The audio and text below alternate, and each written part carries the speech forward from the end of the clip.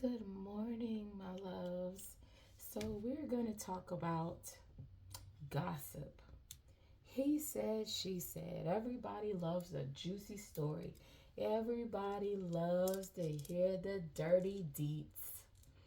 And, um, you know, I like to mind my business. Some things, it's okay every now and again, but when you are consumed by gossip, when you are consumed by being a source of gossip, like you like to speak on it, you like to be a person that generates the story, to have the good gossip about what's going on in your life, it can be a very destructive thing, not only to yourself, but also to people around you. So, last night I had a dream, and a lot of my dreams, some of them are about what's gonna happen, and this one was just a dream with a message, and I know the difference. So in this dream, um, there's a person who wasn't an evangelist, but they just pretty much went around the world, and gave their testimony. God would guide them to particular people, and they would befriend these people or just, impart a little bit of knowledge, encourage them to get back on track in life. And, just guide them towards doing the right things. And this particular person that they ran into was a store. They worked in a store. And come to find out, this person worked in the store with their mother.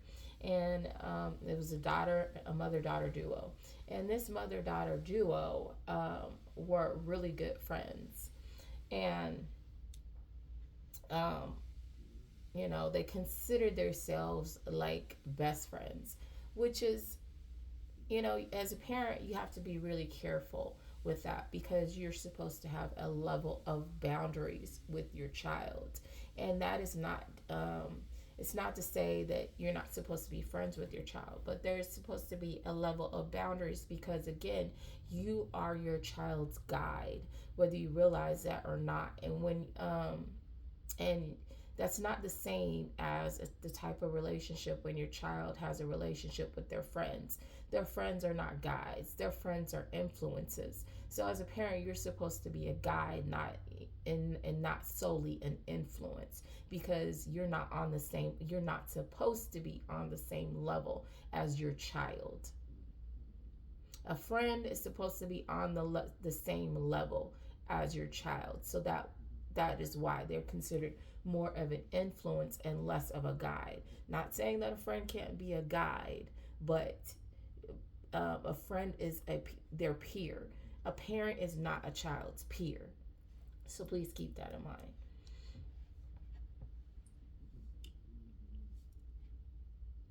Um, and so this particular mother decided that she was going to investigate her daughter's new acquaintance. Now, neither of these people had bothered to ask who this person was. Nobody asked any questions. Nobody had this person's full name. Nobody really knew this person, except the only thing the mother knew is that this person was giving her daughter good advice, was talking about the Bible, and was getting her daughter to really think about her actions and what she was doing in life. And the daughter was speaking highly of this person and spending a lot of time with this person. And the mother became very jealous and envious, um, which is another thing. You have to be very careful with the people that you create bonds with, because some of these people get it mixed up in their head, and they think that you become their property. They begin seeing you as something that is theirs, um, like a like a toy that they own and nobody else can play with it. That's not healthy. That is not a healthy mind. And And not everybody realizes that they're doing that. So it's not like I'm saying this is a bad person, because that may not be the case. But again, when this particular new acquaintance came in this person's life, they were there because, God sent that person to this particular person because they were on the wrong path. And so if the mother is the best friend of this person that's on the wrong path, who is really being the bad example? Because if the mother was really truly in her role, this person would have never had to come into this person's life. They wouldn't have to be imparting all this new knowledge that is helpful to guide this person in a better direction. The mother would have already done her part and did that herself, but she was not. She was too busy trying to be a friend and too busy hustling backwards and getting on the child's level instead of the child aspiring to get on the parent's level. Again, let's go back to what I said. You are not your child's peer. You are a guide. Do not hustle backwards. You're not supposed to get on the level of your child. Your child is supposed to ascend and be in hopes of ascending to your level as the parent. And again, when you come to this channel, I'm not here to tell you what you want to hear. I'm here to tell you what you need to know. So it's not going to be friendly. It's not going to be all cute cuddles, because people have been coddling and holding people's hands for way too long. And that is why a lot of this nonsense is happening in the world today. I'm here to guide you towards having a more positive, a more healthy mental perspective and emotional maturity about yourself. And if it stings a little bit, then it stings a little bit, and I'm triggering you, and that's a good thing. We all, regardless, we can be the best people, but we all make mistakes, and we all need to be redirected at some point, including myself.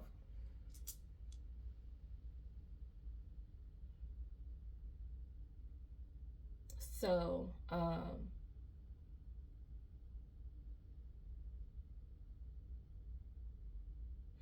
basically, this mother, one day, when this person is about to leave to go back and travel, because this person just kind of, they kind of float back and forth wherever God sends them, in and out people's lives. And for some people, they'll just float in and they'll never see this person again.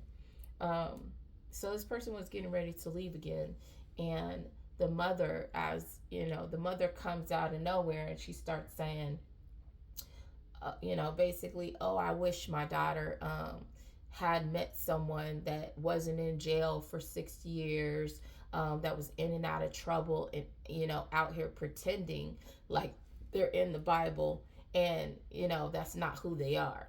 And the person is like looking like, what the fuck are you talking about? You're not talking about me, because what you described is nothing like my life. What, lady, who and what, where are you getting this information from? And so, even if that was correct, part of it where, this person had been in jail, which it was a lie,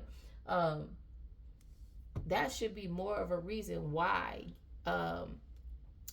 this person should be considered a walking, living testament, because this person has been at the bottom, and God, it shows the power of God working in and through that individual to change them completely, do a 180 on this person and change them from who they were to who they are now. That's nothing to look down on a person for. But this particular lady knew nothing about this person. They didn't even know their first and last name. They just, either she made it up, or she talked to somebody who could have been holding a grudge against this particular person for whatever reason. And this is what they came up with. And the mother decided to spout it like it was truth, which is very wrong. And she did that for her own selfish reasons, to try and cause a wedge between a possibly, budding friendship, because she was jealous and envious and didn't want anyone stepping into her role. Because, when her daughter met this person, they were spending a lot of time together, which was taking her time away. And she felt like she was losing her friend, which is her child and shouldn't be considered her friend, like on the same level of a friend in the first place. What she needs to realize is that a child needs to have their own peers, and a mother needs to have her own peers. Her mother should be ascending and hanging with people her own age and still developing her mental and emotional maturity to where it needs to be, instead of going backwards, and getting on her child's level. And what people need to understand is also, it's very difficult. We all have to have boundaries. It's very difficult to transition back and forth between the friendship and the parent role. It doesn't matter how old your child is, whether they're young or they're an adult.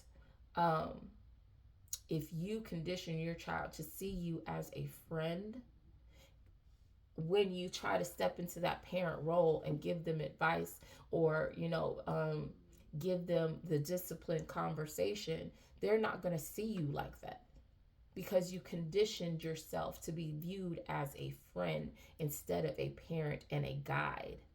So they're not going to, your discipline and your advice is not going to carry that same weight. Just like a friend's guidance and discipline is not going to carry that same weight to someone they consider a peer, and not a person of older wise counsel. You're viewed as a peer instead. So you have to be very mindful of that. We all have to have boundaries. And as a person who, as the child, you also have to realize that your parent is just a person with the parent title. They still make mistakes. They're still flawed individuals. And they still also have things they need to work on. And we have to think about the nature versus nurture concept, which is basically, we are all impacted by our environment. We are impacted by how we were raised, how our influences from our friends, family, and the things that are around us. So we have to always do the inner work and take stock and go back and look at our actions, past and present, and make sure that we are not repeating negative patterns. We are not repeating destructive things that we have seen or we have been subjected to, and those negative things are what is driving our current actions in the present. We always have to sit down and have that conversation, that reflection, that meditation with ourselves, and figure out, hey, okay, I'm constantly yelling at my child instead of listening. Where is that coming from? Was that, did my parents do that with me? And maybe I need to take a breather, and maybe I need to slow down the conversation when I talk to my child, or maybe I need to write out an outline so I can stay on course with the facts and not get into my feelings. Whatever that is for you, however you need to work through that, reflection is needed, and a change of course is important, so that you are not then passing on that negative cycle that may have taken place with your parent onto your child. We all have to continue to take stock of our behavior, and determine whether this is a positive thing to keep, or if this is a negative thing that we need to be working on and changing for ourselves. And a lot of people forget to do that.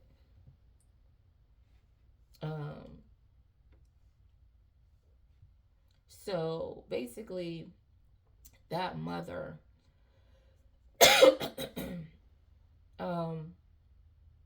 tried to ruin a very positive connection that her daughter was having that could possibly, help her daughter excel. So we also want, as parents, don't want our own selfish needs to keep not only ourselves stunted, but our children stunted as well. You should always encourage somebody that is encouraging your child or your friend. Um, and remember that we are not entitled to anybody but ourselves.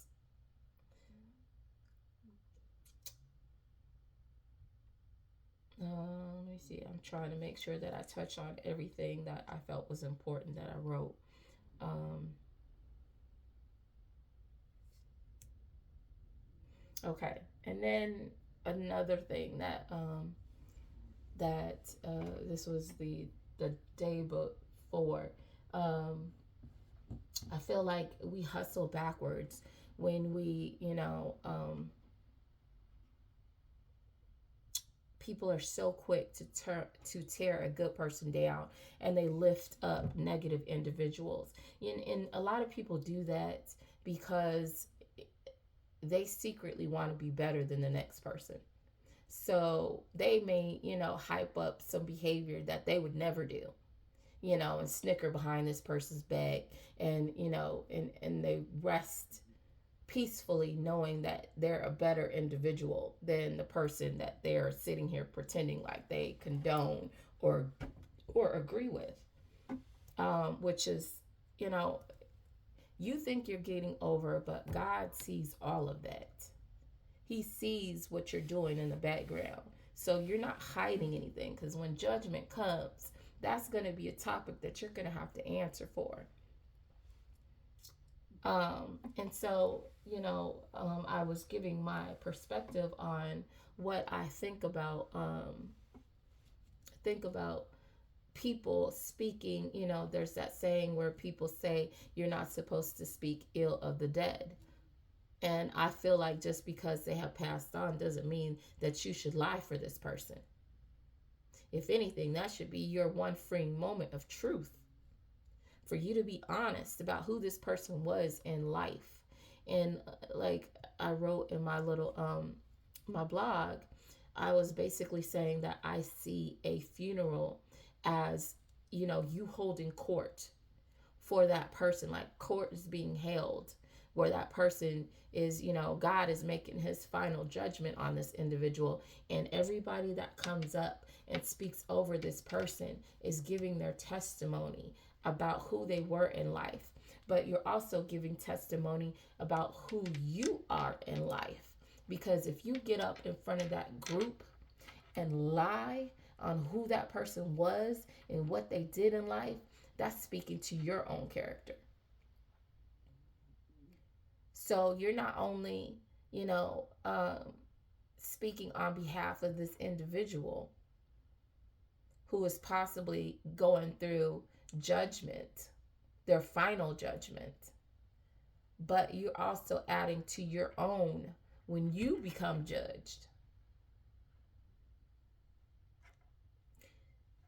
If that person, and it's not that I'm saying get up in front of the funeral and be ghetto and be like, man, Uncle Larry was a liar and a cheat. He was no good, and good thing he's passed on. No, I'm not saying do that. What I'm saying is there's a way to tactfully do things. And, a tactful thing you can do is say, hey, this is unfortunate that this happened to Uncle Larry, and that he is passed on. Hopefully, in the next life, he will behave better than he did in this one. That is truth. That is speaking to who this person was in a truthful manner. And you're not, being low down about it, but you're also being a testament to your integrity, and also holding on to the truth of who this person was in life. Because when you are up in church doing and speaking over someone, and speaking lies in either direction, you are bearing testament is what you're doing. And especially if you're in a holy sanctuary doing that. A lot of people don't realize that, yes, they're living in this 3D life that is tangible, but you are also existing in a very spiritual way. And once people really grasp that, they will tread a little more carefully about how they move in this physical life. You getting up there doing that is not a lot of people don't realize that their physical actions in this 3D realm have very spiritual ramifications. And so you're not only following these 3D law, but there are spiritual and universal laws that need to be adhered to as well, especially if you step into an environment or a sanctuary that is supposed to be a place that represents God, the Most High God. I don't think people really understand when they step in those doors, and it has been a place that is supposedly representative of Him. You step into a place that is subject to His laws. Be mindful of what you're doing. It does not matter if that place is doing who knows what in the background. If you put His name on it, it's His.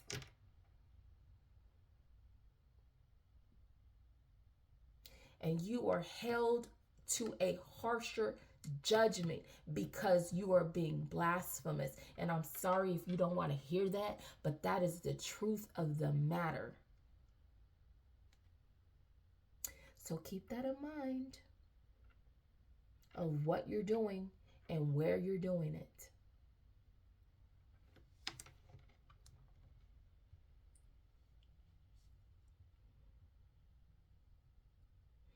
And then I said, always remember, there is your side, their side, and then the truth. Some people will see things as they are. Some people will see things from a very distorted lens. Some people will just have a completely different perspective on the exact same subject. And then somewhere lies the unbiased, factual truth of a situation. Remember, all these things about a he said situation, and then take what other people say with a grain of salt and think for yourself. Have discernment. Go inward. Ask the question and meditate on it and wait for your own clarity, not the input of another person, and then go ahead and ride with it like it's the truth. To thine own self be true. Ponder that for a second.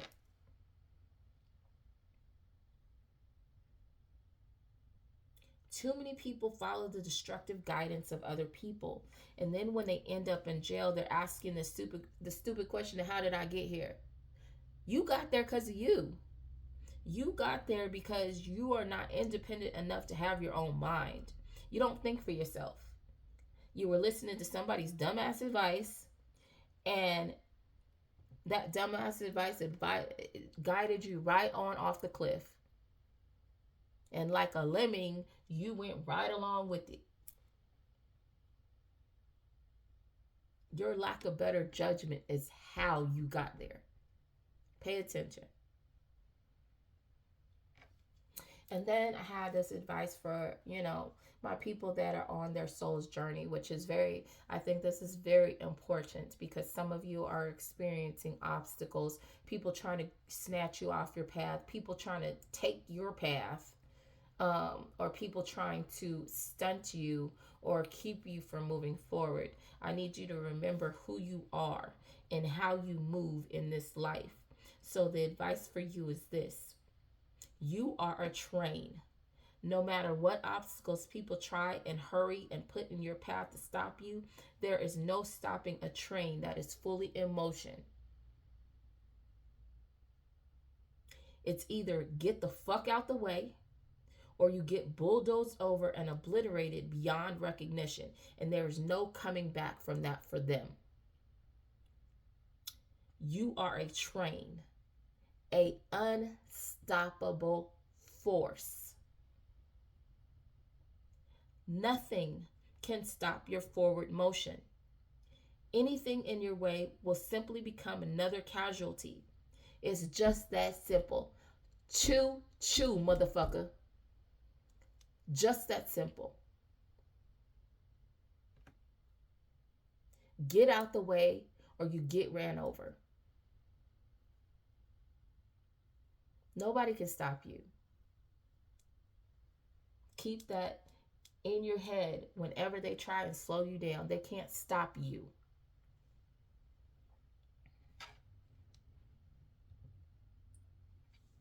My 144, I need you to hold on to that. Hold on to it tight. We kill them slowly with kindness, but we obliterate them with the truth. And on that note, my loves, I am sending you energetic hugs and spiritual kisses and wishing you the best on your soul's journey. Have a beautiful day.